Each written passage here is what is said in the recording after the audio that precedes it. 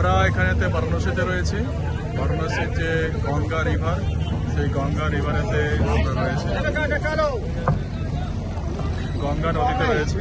নামো, অত্যাধিক জলটা অত্যাধিক পরিষ্কার, সবাই ভক্তবৃন্দ অত্যাধিক খুশি,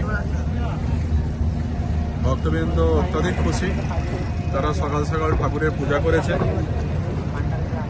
ভক্তবৃন্দ সকাল সকাল ঠাকুরের পূজা করে এখন গঙ্গা নদীতে আমরা নৌকা বিহারে রয়েছি। আর